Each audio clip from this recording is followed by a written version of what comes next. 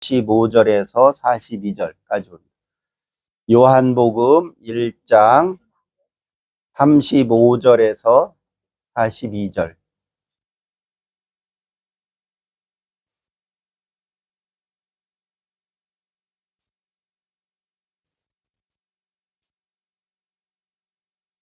또 이튿날 요한이 자기 제자 중 두 사람과 함께 섰다가 예수께서 거니심을 보고 말하되 보라 하나님의 어린 양이로다.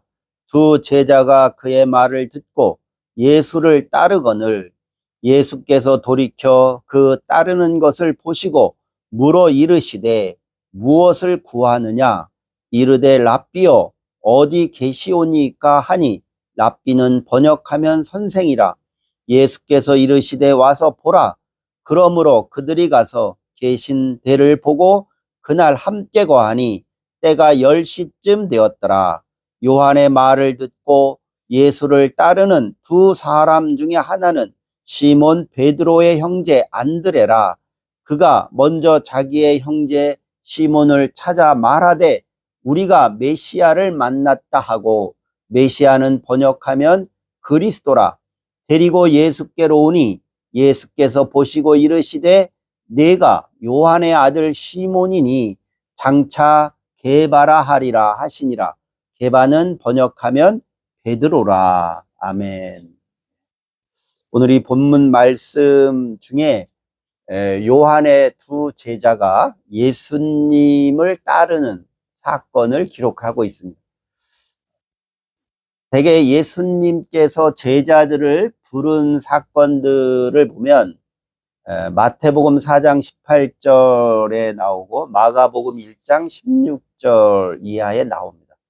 근데 마태바가나 누가복음은 5장 1절부터 나오는데, 여기에서는 제자들을 예수님이 부르실 때 나를 따르라 그렇게 나옵니다.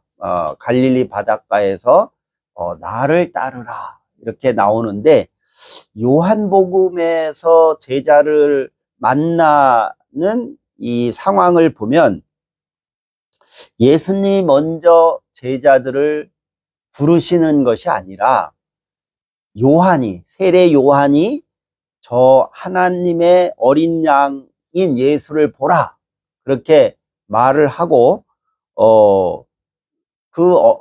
지난주에 제가 얘기했듯이 하나님의 어린 양 예수는 우리의 모든 잘못된 죄의 문제, 삶의 문제, 신앙의 문제를 바로 잡게 해주고 회복하게 해주는 그런 역할을 하는 대속죄물의 어린 양이죠.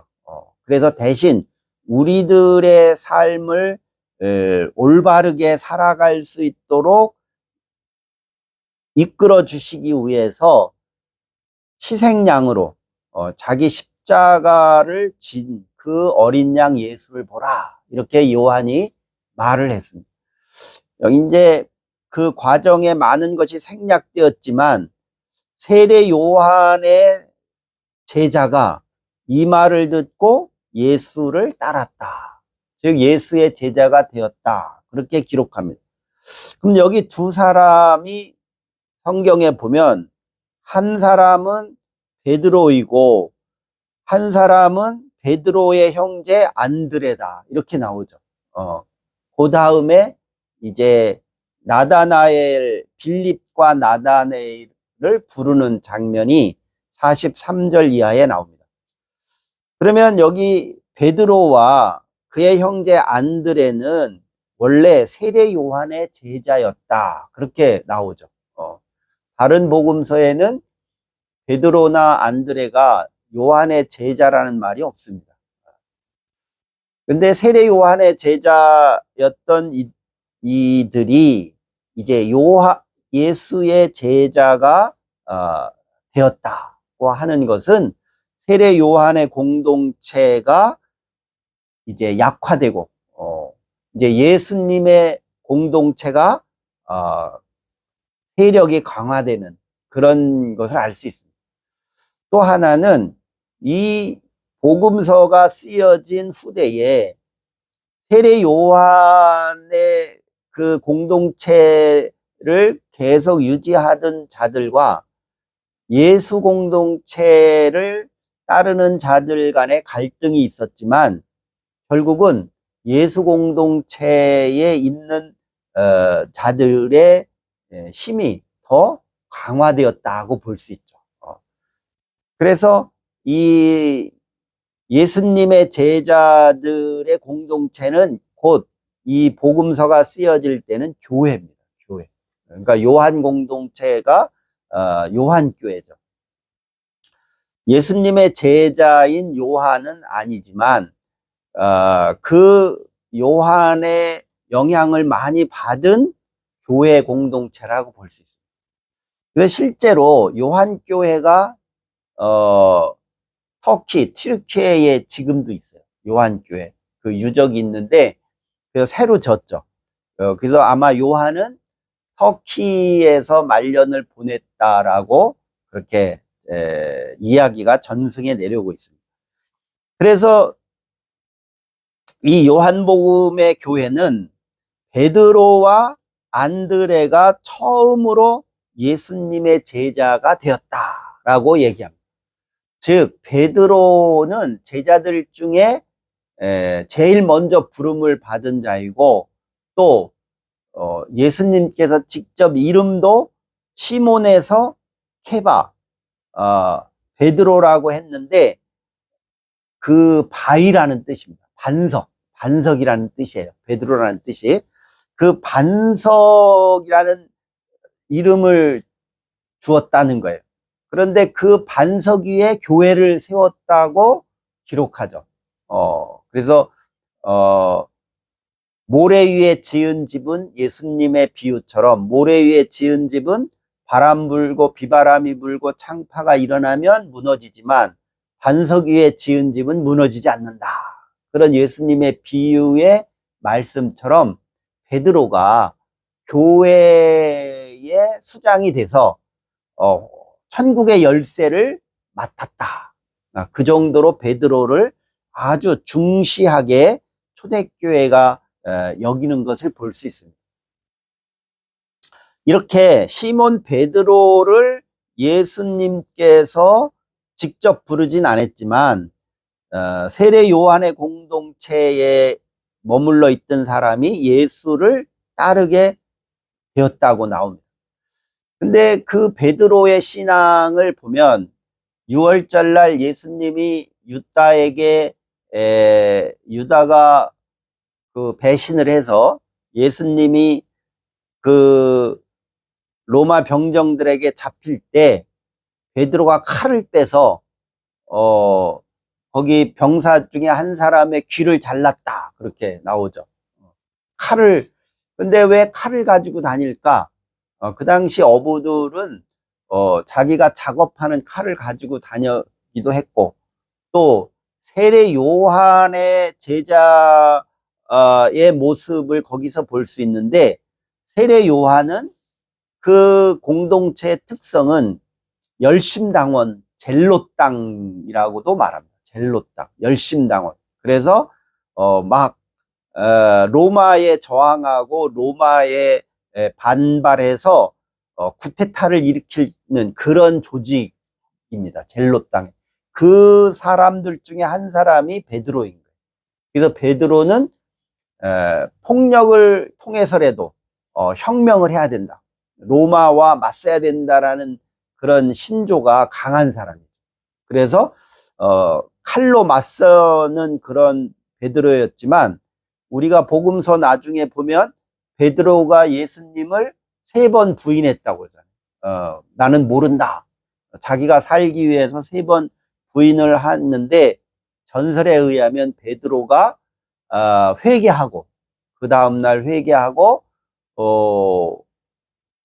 울었는데 닭이 울 때 새벽에 그러니까 새벽녘에 그가 회개를 베드로가 했다. 그래서 옛날 중세시대 때 성당 십자가 꼭대기에 지붕 꼭대기에 닭을 이렇게 모형을 만들어 놓은 거예요. 그게 바로 베드로의 회개를 상징한 겁니다. 그래서 새벽에 베드로가 회개했듯이 우리 그리스도인들은 동틀 때, 하루가 시작될 때 회개를 하고 하루를 시작해라. 그런 의미로 닭을 교회 지붕 위에 모형을 만들어서 세우기도 했죠. 그래서 이 세례 요한의 공동체의 특성은 로마에 저항하는 것이 아주 강했습니다. 강했는데, 그러면 예수의 공동체는, 즉 교회는 로마에 저항하는 강도가 이 젤롯 땅들하고는 달랐죠. 달랐습니다. 그래서 예수의 교회 공동체는 로마에 직접 저항하기보다는 예수님의 비유처럼 세금을 내야 됩니까? 안 내야 됩니까? 하고 질문을 받았을 때 예수님이 동전을 봐라. 헤롯 왕의 초상이 그려져 있으면 그거는 그 주인이 로마니까 로마에다 내고, 하나님의 것은 하나님께 바치고 로마의 것은 로마에게 바쳐라. 그렇게 답변을 한 걸 보면 예수님은 무조건 로마와 맞서서 전쟁을 하거나 테러를 하고 그런 폭력을 통해서 로마를 이기려고 하지 않았습니다. 그래서 예수님의 하나님 나라의 운동의 모습을 보면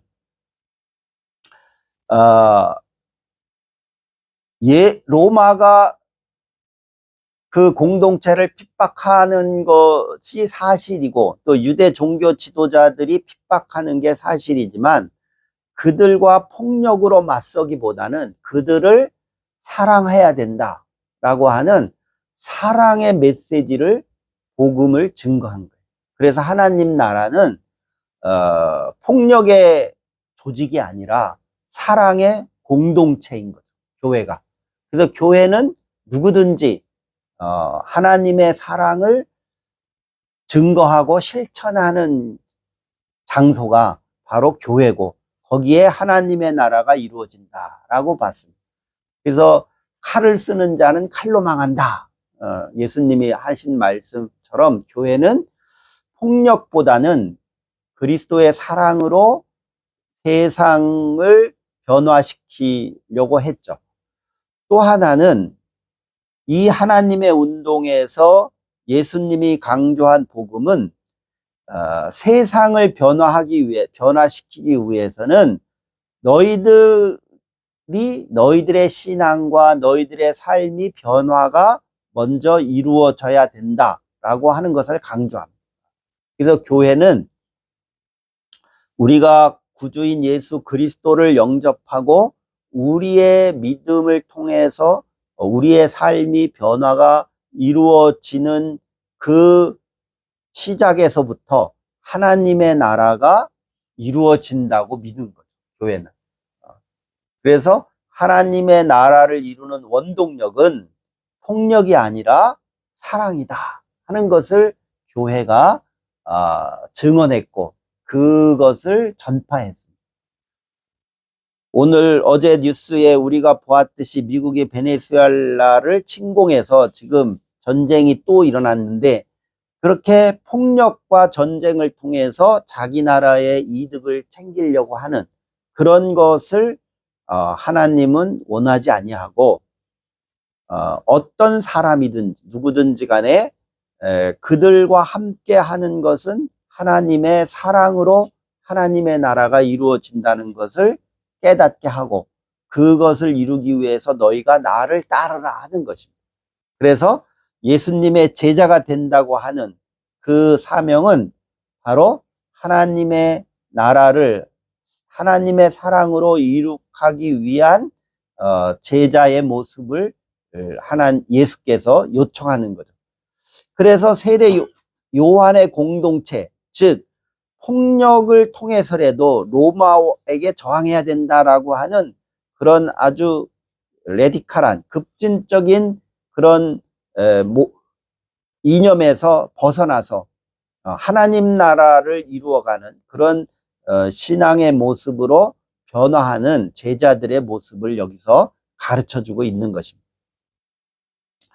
그래서 38절에 보면 그 따르는 것을 보시고 예수님이 그 제자에게 물었습니다. 무엇을 너희가 구하느냐? 그죠? 38절에 보면 물어 이르시되 무엇을 구하느냐? 그러니까 제자가 말하기를 랍비여 어디 계시옵니까? 하니 예수께서 와서 보라. 와서 보라 하고 초청을 해서 제자들이 예수님한테 갔는데 그때가 10시쯤 되었더라. 이거는 이스라엘의 시계로 보면 이스라엘은 해가 뜰 때가 1시예요. 해가 뜰 때가 1시고 해가 질 때가 12시예요. 그러니까 이 당시 이스라엘 시계로 10시면 우리나라 현재 시간으로 보면 오후 4시죠. 오후 4시. 그러니까 오후 4시면 예수님이 십자가에서 숨을 거두었을 때요. 그 시간이 그렇게 되는데 오후 4시에 베드로와 안드레가 예수님의 제자가 되기로 결심한 시간이죠. 오후 4시가. 그래서 여기 예수님이 그 제자들에게 질문하신 것을 오늘 본문의 메시지에서 중요하다 그렇게 볼 수 있습니다. 예수님이 제자들을 보시고 물어 이르시되 무엇을 너희가 구하느냐 그렇게 말합니다. 그러면 그 젤로 땅에 있을 때 세례 요한과 같은 그런 공동체에 있을 때 그들이 구하는 거는 뭐였어요? 로마로부터 해방되는 거예요. 로마와 맞서 싸워서 로마의 폭력으로부터 벗어나고 해방되는 것이 그들이 구하는 거죠. 그렇기 위해서 그들은 또 구하는 게 뭐예요? 많은 사람 유대인들을 설득을 시켜서 자기들의 조직을 키워가는 게 구하는 거죠. 그래서 우리 조직을 키워서 로마와 맞서서 싸워야겠다라고 하는 생각이 그들이 구하는 것이었어요. 그래서 예수님께서 너희가 지금까지 구하는 거, 그런 것을 나한테 와서도 그 이념을 너희들이 가지고 실천하려고 그것을 네가 구하려고 하느냐라고 질문하는 겁니다. 그러니까 너희가 지금까지 구한 것을 나한테 와서도 끊임없이 그것을 구하려고 하면 안 된다는 거예요. 예수의 공동체는 세례 요한의 공동체와 다른 공동체죠. 그래서 하나님 나라의 운동의 모습은 너희들이 구하는 것처럼 구하는 데가 아니다. 그 구하는 그것들이 달라져야 된다라고 예수님이 물어보는 거예요. 그렇게 질문을 하는 거죠. 그러니까 그런 의도의 질문을 이 제자들은 깨닫지 못한 거죠. 이 질문은 교회 공동체에 하는 질문이기도 해요. 교회 교인들에게 예수님께서 우리가 예수 믿고 구원받고 예수님의 제자가 되었습니다 라고 교회에서 자기 신앙을 고백하는데 그러한 사람들에게 교회 교인들에게 예수님이 이렇게 묻습니다 라고 강조한 거예요. 너희는 무엇을 구하느냐? 올 한 해 동안 우리가 구할 것이 무엇일까? 성경에 너희는 먼저 그의 나라와 그의 의를 구하라 그랬잖아요. 그와 같이 너희가 구할 것이 하나님의 나라를 이루는 것을 구하라는 뜻입니다. 하나님의 나라를 이루는 것. 단순히 우리 눈앞에 보이는 우리를 핍박하는 로마나 저 유대 종교 지도자들을 거세하고 저들을 물리치고 우리가 해방을 맞이하고 자유함을 얻는 그러한 것만이 아니라 하나님의 나라의 사랑에서 구할 것은 하나님이 우리를 사랑했기 때문에 그 사랑을 세상에 이루어가는 것. 나의 삶 속에 또 우리의 가정과 우리의 사회 속에 하나님의 사랑이 이루어지도록 너희가 하나님의 뜻을 구하고 하나님의 의를 구하라 하는 그런 초대교회를 향한 예수님의 메시지가 있는 거죠. 그래서 이 복음서를 쓸 때 요한은 지금 우리 그리스도인들이 구하는 것들이 너무 감정적이고 자기 이익만을 구하는 경향이 있기 때문에 이런 구절을 넣은 거예요. 너희는 무엇을 구하느냐? 이 음성을 우리가 오늘 듣고 올 한 해 동안 예수님이 진정으로 바라는 것이 무엇일까? 그것을 우리가 생각하면서 한 해 동안 예수님의 이 질문에 대답하는 그런 신앙으로 살기를 주의 이름으로 축원합니다. 기도하겠습니다. 사랑과 은혜가 충만하신 아버지